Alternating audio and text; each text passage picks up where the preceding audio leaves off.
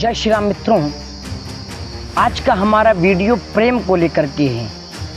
आध्यात्मिक प्रेम नहीं, मैं उस प्रेम की बात कर रहा हूं जो परस्पर दो व्यक्तियों के बीच पर होता है। और ये चर्चा इसलिए कर रहा हूं कि ज़्यादातर लोग प्रेम में पड़ रहे हैं परंतु प्रेम जानते नहीं क्या है। लोग शेरों शायरियाँ सुनकर के इस पर लिप्त होते जा रहे हैं परंतु सत्ता क्या है इसको समझिए।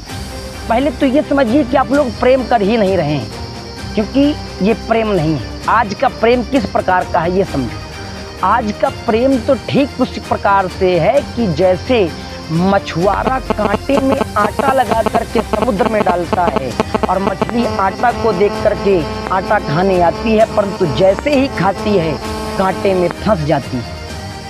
और जब कांटे में फंस जाती है तब उसे बोध होता है कि ये तो हमारे साथ छल हो गया, आटा तो केवल दिखावा था, वस्तुता में तो ये कांटा था।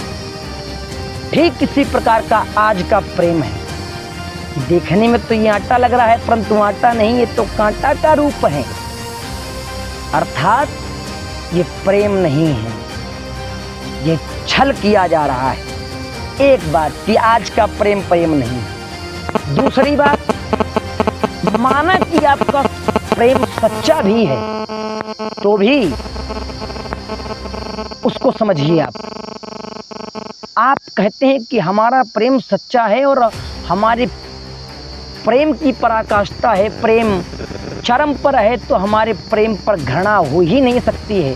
क्योंकि ज़्यादातर लोगों का 90% लोगों का ये मानना है कि जहाँ प्रेम होता है वहाँ घृणा का कोई कार्य ही नहीं है। क्योंकि अगर प्रेम है तो घृणा का कोई कार्य नहीं। परंतु एक बात बता दूं मैं आपको, जहाँ घृणा होगी प्रेम भी वहीं पर होगा, जहाँ प्रेम होगा वहीं पर घृणा होगी। क्योंकि ये प्रकृति का नियम समझिए। कैसे? ये ऐसे जैसे कोई व्यक्ति दिन भर नींद का अभ्यास करे, दिन भर वो शयन करे, दिन भर सोए,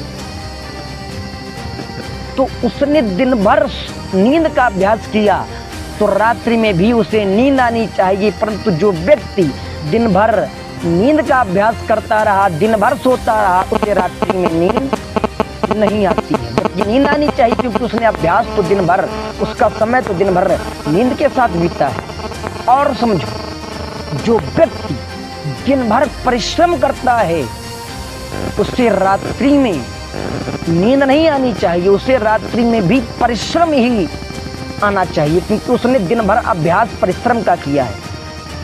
परंतु जो व्यक्ति दिन भर परिश्रम करेगा उसे रात्रि में भरपूर नींद आएगी, और जो व्यक्ति दिन भर शयन करेगा, दिन भर सोएगा, उसे रात्रि में नींद नहीं आएगी।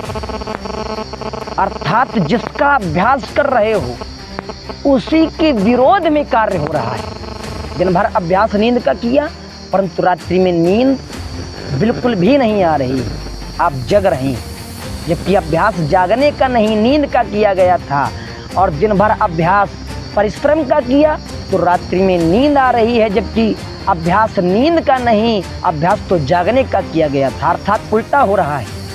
इसी प्रकार से अगर दिन भर आप सोते हैं तो रात्रि में नींद नहीं आएगी।